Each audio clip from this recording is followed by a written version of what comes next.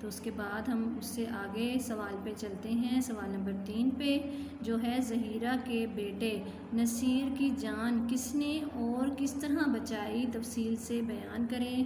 تو پیارے بچوں، آپ نے سبق کو اچھے طریقے سے پڑھا ہے، ریڈنگ کی ہے، تو آپ کو اس سوال کا جواب دینا مشکل نہیں ہوگا، لیکن آپ کی آسانی کے لیے میں آپ کو اپنے الفاظ میں بتا دیتی ہوں۔ آپ نے اس سوال کو بھی پھر اچھی طریقے سے یاد بھی کر لینا ہے اور لکھ بھی لینا ہے۔ زہیرہ کے بیٹے نصیر کو سانپ نے کاٹ لیا، وہ اپنے بچے کا سر اپنی گود میں رکھ کے رو رو کر اللہ تعالیٰ سے اس کی زندگی کی دعا کرنے لگی۔ جب صنوبر نے یہ دیکھا تو باہر سے ایسے پودے کی پتیاں توڑ لائی جس کے عرق سے سانپ کے زہر کا اثر زائل ہو جاتا ہے۔ جب ان پتیوں کا عرق نچوڑ کر نصیر کے منہ میں ٹپکایا گیا تو عرق کے قطرے نصیر کے منہ میں جاتے ہی اس نے فوراً آنکھیں کھول دیں اور اپنی ماں کی طرف دیکھا۔ تو اس طرح سے آپ نے اس کا جواب دے لینا ہے۔ اس کے بعد سوال نمبر 4 ہے، درست جواب کی نشاندہی درست کے نشان سے کرنی ہے۔ ہم نے کیسے کرنی ہے تو چلیں پڑھتے ہیں۔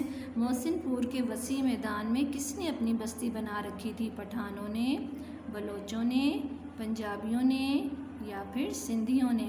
تو اس کا درست جواب ہے بلوچوں نے۔ تو آپ بلوچ کے اوپر یہاں درست کا نشان لگا دیں۔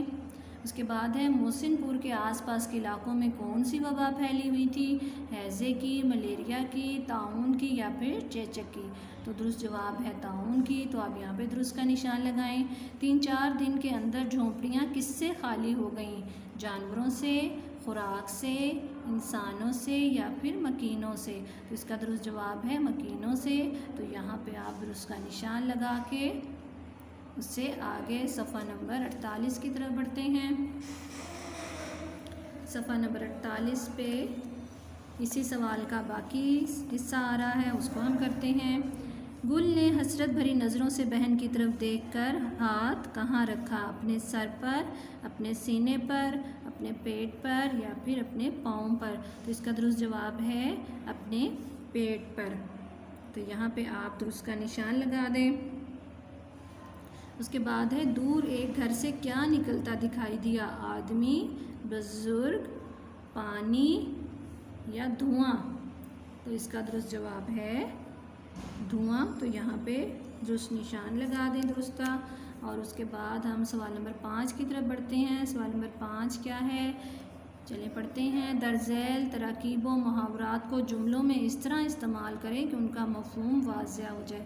تو یہاں پہ محاورات دیے ہوئے ہیں، میں پہلے آپ کو اس کے معنی بتا دیتی ہوں، مفہوم بتا دیتی ہوں، اس کے بعد اس کو جملوں میں آپ نے کیسے استعمال کرنا ہے پھر وہ میں آپ کو بتاؤں گی۔ تو سایہ منڈلانا، اس کا معنی خوف طاری رہنا، اور اس سے آگے ہے ہو کا عالم، اس کا معنی ہے اجاڑ کی حالت۔ تان لگانا، سروں کو خوبصورتی سے ادا کرنا۔ آدم زاد، انسان ہے۔ تمتما اٹھنا، غصے میں آنا۔ خوف زدہ، ڈرے ہوئے۔ مار گزیدہ، سانپ کا ڈسا ہوا۔ انتقام کی آگ، بدلہ لینے کے لیے طیش میں آنا، یعنی کہ انتقام کی آگ بھڑکنا، بدلہ لینے کے لیے طیش میں آنا۔ اور اس کے بعد ہے تیر کی طرح لگنا، تو اس کا معنی ہے بہت برا لگنا۔ فرشتہ اجل، موت کا فرشتہ۔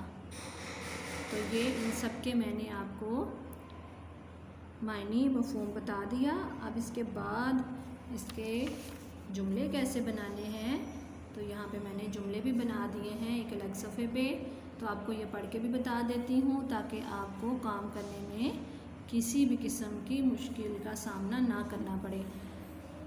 سایہ منڈلانا، آج کل وائرس کی وجہ سے ہر طرف موت کا سایہ منڈلاتا نظر آتا ہے۔ ہو کا عالم ہونا، گرمی کی دوپہر میں ہو کا عالم ہوتا ہے۔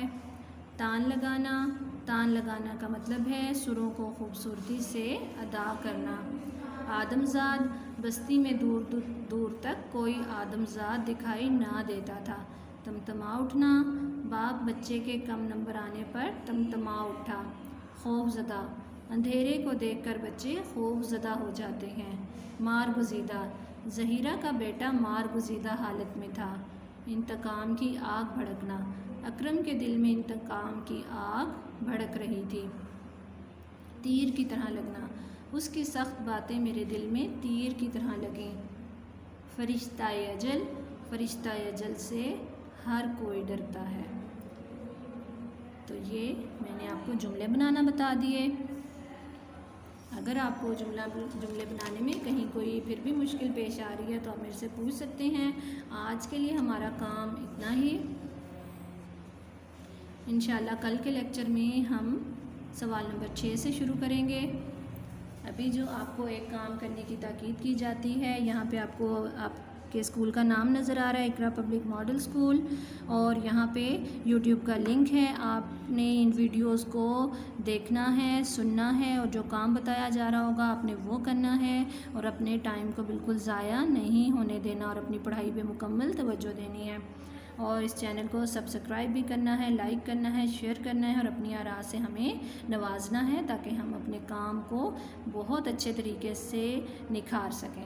آج کے لیے اتنا ہی، انشاءاللہ کل ملیں گے۔ فی امان اللہ۔